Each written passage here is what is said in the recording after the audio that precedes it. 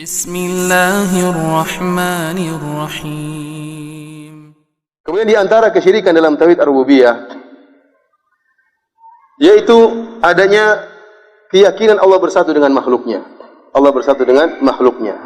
Dan inilah keyakinan yang diyakini oleh ahlul wahdatil wujud, yang meyakini Allah bergabung dengan makhluknya, seperti keyakinan Ibnu Arabi. Ini merupakan kesyirikan, Dan ini merupakan keyakinan juga orang-orang Nasrani yang meyakini bahwasanya Allah Subhanahu wa taala bersatu dengan Nabi Isa alaihissalam.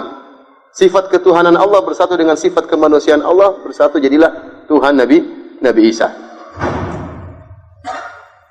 Para hadirin rahmati Allah Subhanahu wa taala, sebagian ulama menyebutkan bahwasanya sebenarnya akidah orang-orang Nasrani itu diambil dari orang-orang Hindu. Karena agama Hindu lebih dahulu daripada agama Nasrani. Lebih dahulu jauh. Dan Trinitas muncul belakangan di zamannya Paulus ya. Sebelumnya di Injil-Injil sebelumnya tidak disebutkan dengan Trinitas. Kalau kita perhatikan agama Hindu, ya tentunya agama Hindu juga adalah agama yang syirik dalam tauhid rububiyah, karena kita tahu pencipta hanyalah satu, yaitu Maha Esa, Allah Subhanahu wa taala. Adapun agama Hindu, penciptanya ada berapa? Dewanya ada banyak. Di antaranya 3 dewa utama. 3 dewa utama siapa tadi? Dewa pencipta, dewa Brahmana, dewa pemelihara, dewa Siwa, benar ya? Dewa perusak, dewa siapa? Enggak tahu, ada yang perusak, pokoknya ada yang pencipta, ada yang melihara, ada yang merusak ya. Kalau bertengkar repot seperti itu. Ini kemudian ini 3 dewa utama. Inilah Trinitas yang diambil oleh apa? Orang-orang Nasrani. Kemudian kalau kita baca buku-buku ya, kitab-kitab mereka, kitab-kitab Hindu sebagaimana disebut oleh para ulama, ternyata mereka meyakini adanya Tuhan yang menitis kepada manusia atau menjelma dalam bentuk apa? Manusia, seperti Krishna. Krishna itu dewa Brahmana yang menjelma menjadi apa? Manusia. Ini asalnya adanya akidah Trinitas dari orang-orang Nasrani, bahwasanya Allah menjelma menjadi siapa? Nabi Isa atau bersatu dengan Nabi Isa. Oleh karenanya ada riset yang membandingkan antara tauhid akidahnya orang-orang Hindu dengan akidahnya orang-orang Nasrani. Yang intinya para ikhwan yang dirahmati Allah Subhanahu wa taala, ya, di antara kesyirikan orang-orang Nasrani adalah meyakini Allah bersatu dengan makhluknya, yaitu Nabi Isa alaihissalam. Kalau Allah bersatu dengan Nabi Isa, itu sudah dikafirkan oleh Allah Subhanahu wa taala, padahal Nabi Isa adalah manusia yang mulia. Bagaimana kalau Allah bersatu dengan selain Nabi Isa? Bersatu dengan seorang kiai, ya, bersatu dengan seorang manusia yang biasa-biasa, ya, tentunya lebih syirik dan lebih kekufuran lagi. Dan anehnya, akidah wahdatul wujud ini masih laku sampai sekarang. Ya, masih laku sampai sekarang, masih ada yang perjuangkan akidah ini. Akidah ini akidah yang tidak masuk akal. Saya pernah bertemu dengan seorang, ya, orangnya kurus, krempeng gitu ya, nggak keren pokoknya. Kemudian dia sholat di masjid, setelah itu ketemu dengan saya, dia bilang, katanya, Firanda, ketahuilah dalam diriku ada Allah Subhanahu wa taala. Kayak ente gini dimasuki Allah, enggak beres. Nabi Isa saja, ya, tidak boleh seorang mengatakan Allah telah bersatu dengan Nabi Isa. Ini merupakan kekufuran. Bagaimana lagi yang meyakini bahwasanya Allah Subhanahu wa taala bersatu dengan selain Nabi. Dan ini berkaitan dengan syirik dalam tauhid ar-rububiyah. Berarti ada Tuhan yang ganda atau Tuhan yang berbilang. Inilah ya di antara bentuk-bentuk kesyirikan dalam tauhid ar-rububiyah. Para hadirin rahmati Allah Subhanahu wa taala, di antara tadi juga kesyirikan dalam tauhid ar-rububiyah sebagaimana tadi kita sebutkan, meyakini ada berbilangnya Tuhan seperti orang-orang Hindu, dan Tuhan mereka sangat banyak. Makanya tadi saya katakan bahwasanya Brahmana, kemudian Wisnu, dan siapa lagi? Siwa, itu dewa utama. Ada dewa-dewa yang tidak utama ya. Banyak dewa-dewa mereka. Sedang mereka meyakini ada dewa-dewa mereka pada hewan-hewan. Contohnya mereka mengagungkan hewan sapi. Mereka mengagungkan apa hewan? Hewan sapi. Sehingga mereka tidak mau makan sapi. Sampai-sampai ada di antara mereka yang mengatakan sapi lebih agung daripada seorang ibu. Tidak Gandhi sampai Mahatma Gandhi atau siapa. Dia mengatakan sapi lebih agung daripada seorang ibu. Kenapa bisa demikian? Karena kalau seorang ibu menyusui anaknya, dia masih nuntut kebaikan dari anaknya di masa depan. Ingin anak jadi anak berbakti. Ya. Kalau sapi tidak ada, sapi ikhlas. Jadi. Sapi kalau menyusui, kita ambil susunya, dia tidak minta menuntut macam-macam. Katanya sapi lebih mulia daripada apa? Ibu. Ya, ini tidak benar ya, karena sapi nggak punya otak. Kalau punya otak dia akan nuntut balas kebaikan. Yang jelas, karenanya dewa mereka sangat banyak sampai ada yang mengatakan kalau jumlah orang India 1 miliar, maka Tuhan mereka bisa jadi 2 miliar atau 3 miliar, lebih banyak. Karena dalam hewan ini ada dewanya, dalam hewan ini ada dewanya, ada tikus ada dewanya. Banyak keyakinan-keyakinan mereka tentang menitisnya dewa-dewa pada binatang-binatang.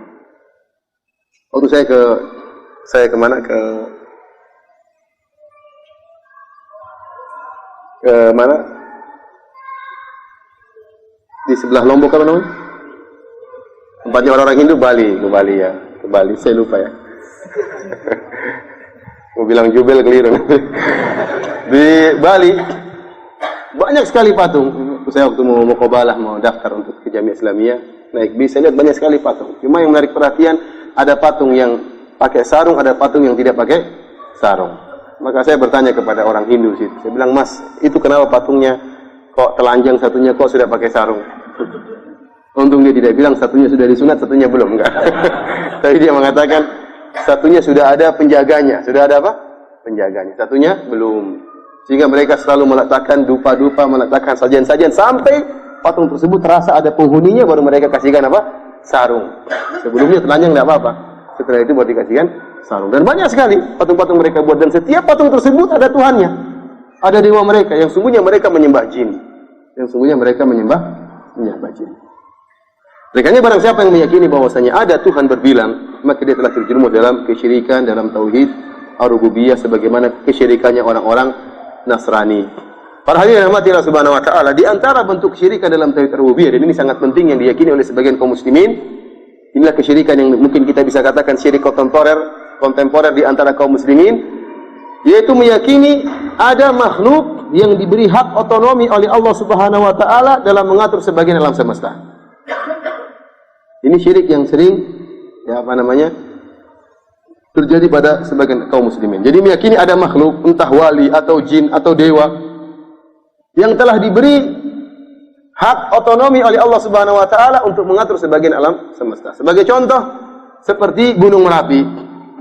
Gunung Merapi diyakini ada penunggunya. Sehingga kalau penunggunya belum kasih wangsit akan meledak, gunung ini tidak akan meledak. Ini meyakini bahwasanya penunggu gunung tersebut mengatur aktivitas Gunung Merapi. Kapan dia ingin meledakkan, ledakan, kalau enggak.